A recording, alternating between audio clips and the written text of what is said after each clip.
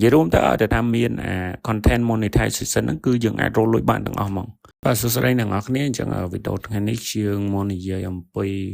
การโรลอยู่บน Facebook ปัตตอติดแต่ngày nay chương bằng hai đảng ngọc nàyไปta ấy là để dừng ai rồi lối bánอยู่บน Facebook นั้นbạn chẳng tìm mỗi cứ video real cứ video clay để miềnจะไปcao sub vị này tíนั้นdừng ai post cho từ nông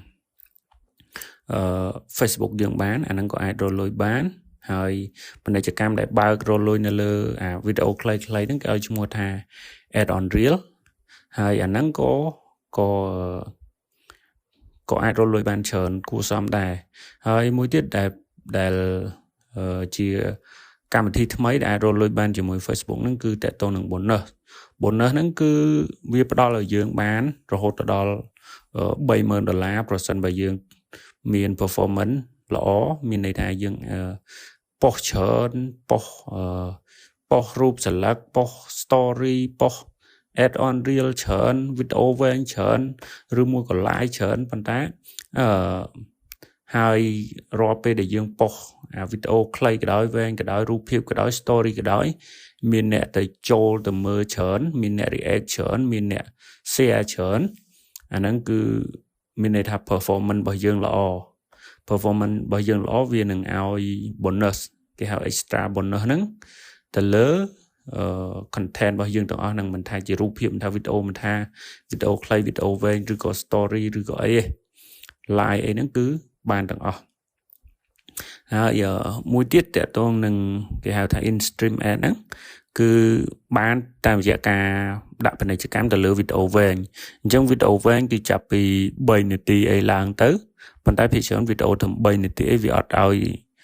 មានពាណិជ្ជកម្មទេដោយសារវីដេអូវាខ្លីពេកអញ្ចឹងចាប់ពី5នាទីអីឡើងទៅគឺវីដេអូលើ Facebook ហ្នឹងគឺវាពេញចិត្តអញ្ចឹងនៅពេលដែលយើងធ្វើ original content ជាលក្ខណៈវីដេអូវែងរហូតដល់